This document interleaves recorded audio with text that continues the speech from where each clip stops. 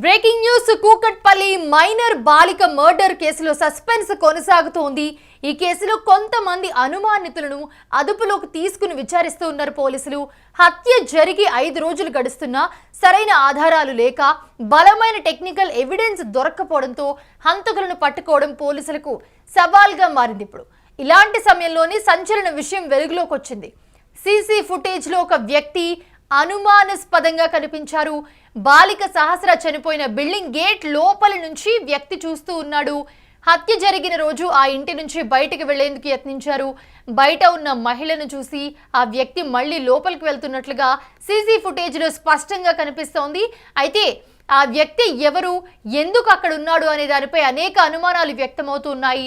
Forensic report వస్తే గానీ clarity వచ్చే అవకాశం లేదు. అయితే ఇప్పటికే కూకట్పల్లి పోలీస్ స్టేషన్లో సహస్ర తల్లిదండ్రులు రేణుక కృష్ణలను పోలీసులు విచారించారు. సుమారు 7 గంటల పాటు బాలానగర్ డీసీపీ పర్యవేక్షణలో ఏసీపీ, ఇన్స్పెక్టర్ అలాగే ఇతర టీంలు ఎవరైతే ఉన్నారో వాళ్ళందరూ కూడా వారిని అనేక కోణాల్లో విచారించడం జరిగింది. ఫ్యామిలీ హిస్టరీ, ఎవరితోనైనా గొడవలున్నాయా, ఇంటి సమీపంలో అనుమానితులు, పాత కక్షలు, కుటుంబ కలహాలు, గొడవలు, ఎవరిపైనైనా అనుమానం ఉందా అనే దానిపై అన్ని రకాలుగా పోలీసులు అయితే ఆరా తీశారు. అయితే ఎవరితోనూ గొడవలు, విభేదాలు లేవని చెప్తూనే పలు విషయాలను పోలీసులకు వెల్లడించినట్లుగా తెలిసింది. అలాగే ప్రస్తుతం మనం చూస్తున్నాము 5 రోజులు గడుస్తున్నా కూడా కూకట్పల్లి బాలిక హత్య కేసు చిక్కుముడి వీడడం లేదు. 1:10 మా కూకట్పల్లి పోలీస్ స్టేషన్కి ఒక డైల్ 100 సమాచారం వచ్చింది. దాని ప్రకారం ఒక 10 సంవత్సరాల పాప ఇంట్లో చనిపోయి కనిపించిందని ఆ సమాచారం యొక్క సారాంశం. వచ్చి చూడగా ఆ పాప 10 years age and 6th class చదువుతూ ఉంది. సో వాళ్ళ ఇంట్లోనే మంచం మీద పడి ఉంది. సో ఒంటిపై కత్తిపోట్లు ఉన్నాయి.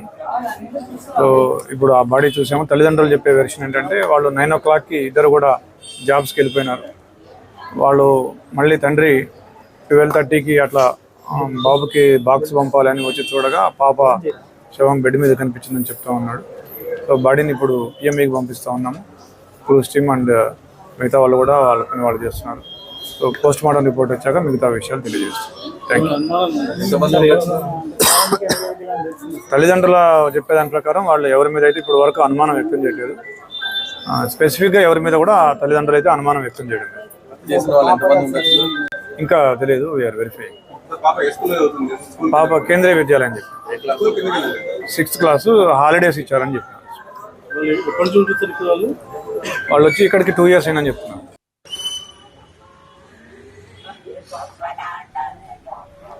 ఐదు రోజులు గడుస్తున్న కూకట్పల్లి బాలిక హత్య కేసు చిక్కుముడి వీడడం లేదు. సహస్రాన్ని హత్య చేసింది ఎవరు, ఎందుకోసం హత్య చేసి ఉంటారు, అసలు నిందితుడు ఎవరు అనేది ఇంకా మిస్టరీలాగే ఉంది. తెరపైకి అంతు చిక్కని అనుమానాలు. ఇంట్లోకి ఎవరూ ప్రవేశించలేదు.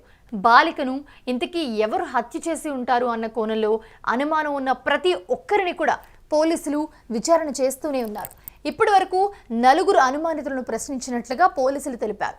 ఏదేమైనా మరో 2-3 రోజుల్లో బాలిక హత్య కేసు ఒక కొలిక్కొచ్చే అవకాశం ఉన్నట్లుగా తెలుస్తోంది.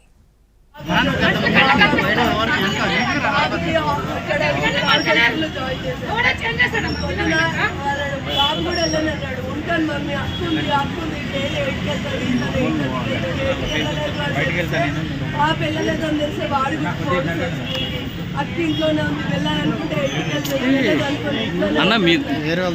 ఉంటుంటే వాళ్ళ డాడీ కొట్టి కొట్టి తిట్టి ఇంట్లోనే ఉంటున్నావు, ఇంకెన్ని రోజులు ఉంటావు ఇట్లా అనేది తిట్టి పంపించింది సార్. 4 days కూడా పాప కూడా ఇంట్లోనే ఉంటుంది.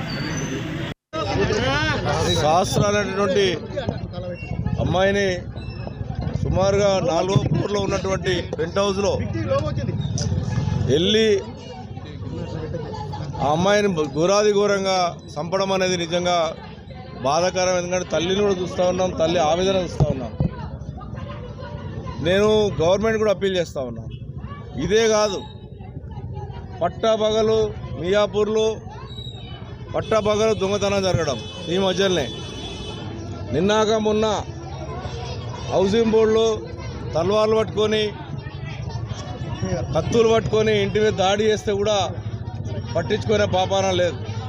నేను మార్నింగ్ హౌసింగ్ బోర్డు ఇన్స్పెక్టర్ చెప్పాను, తల్వార్లు పట్టుకొని తిరుగుతూ ఉన్నారు, 5 మంది వచ్చి దాడి చేసి వాళ్ళ ఇంటికి వచ్చారని చెప్పి మార్నింగ్ ఇలా ఫోన్ చేశాను. ఇవాళ చూసి ఒక తల్లి ఆవేదన చూస్తూ ఉంటుంటే నిజంగా మా అందరు కూడా బిడ్డలు ఉన్నారు, మనమరాలు ఉన్నారు.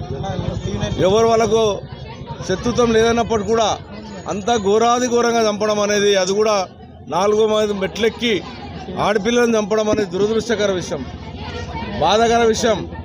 పోలీస్ అధికారులు దీని మీద సీరియస్ తీసుకోవాలి. ఇప్పటికే హైదరాబాద్ నగరంలో జరుగుతున్నటువంటి దొంగతనాలు కానీ, దోపిడీలు కానీ, మటర్లు కానీ విపరీతంగా పెరిగిపోతూ ఉన్నాయి. దీన్ని తగ్గించమని కోరుతా ఉన్నాం. ఆ పిల్ల పానం తెచ్చేయగలలేం కానీ ఇంకొక పిల్లకు కూడా జరగొద్దని చెప్పి తల్లి ఆవేదన చెప్తా ఉంటుంటే బాధ కలుగుతూ ఉంది. పోలీస్ అధికారులు ఆలోచన చేసుకోవాలి. ఇప్పటికైనా law and order, Hyderabad law and ఆర్డర్ని సక్రమంగా పరిస్థితి చేసుకోండి. డీసీపీ గారు, మీరు రోజు టెలికాన్ఫరెన్స్ కాదు, పట్ట పగల ఈరోజు ఒక గంజాయి తాగుకుంటా, గుట్కా తాగుకుంటా డ్రగ్స్ ఎరుగుతూ ఉంది. పిల్లల చాలా ఇబ్బంది పడుతున్నారు. పిల్లలు ఏం చేస్తారో అర్థమవుతలేదు. దీని మీద సీరియస్ యాక్షన్ తీసుకోవాలి ప్రభుత్వం. ఈ ప్రభుత్వం వచ్చిన తర్వాత ఎన్ని మటర్లు అవుతా ఉన్నాయో, ఎన్ని మానభంగాలు అవుతా ఉన్నాయో, ఎన్ని దొంగతనాలు అవుతా ఉన్నాయో, ఏ రకంగా జరుగుతూ ఉన్నది ఇలా ప్రజలు గమనిస్తూ ఉన్నారు. గతంలో కేసీఆర్ ప్రభుత్వం ఉన్నప్పుడు ఒక్క ఘటన కనీసం హైదరాబాద్ లా అండ్ ఆర్డర్ ఏ రకంగా కాపాడాం. మరి ఇప్పుడు ఎందుకు జరుగుతూ ఉంది? అదే పోలీసు వాళ్ళు ఉన్నారు, అదే అందరు ఉన్నారు. మరి ఎందుకు జరుగుతూ ఉంది ఒకసారి ఆలోచన చేసుకోవాలి పోలీసు అధికారులు. నిండు పిల్ల, ఆడపిల్ల చంపేయడం, గొంతు కోసేసి 6వ క్లాసు చదువుతున్న పిల్లని ఈ రోజున చంపడం అనేది బాధాకర విషయం. ఎట్టి పరిస్థితుల్లో మీరు వాళ్ళని పట్టాలి, ఎక్కడున్నా శిక్షించాలి. కఠినమైన శిక్ష, మామూలు శిక్ష ఉండదు వాళ్ళ మీద. మీరు ఏదో సెక్షన్లు పెట్టి 2 నెలలు వాళ్ళ మంచిగా జైల్లో పెట్టి అన్నం పెట్టి మళ్ళీ వదిలితే ఏ రకంగా ఉంటాయి? ఏ పిల్లకి ఏ రకంగా భయంకరంగా పరిస్థితి చేశారు, ఆ రకంగా మీరు కూడా చేయాలని చెప్పి డిమాండ్ చేస్తూ ఉన్నాను. తొందరలో ఆ పిల్లకి న్యాయం చేయ విధంగా చర్యలు, లేకపోతే మేమందరం కూడా దీని మీద పెద్ద ఎత్తున ఉద్యమం చేస్తామని తెలియజేస్తా ఉన్నాం.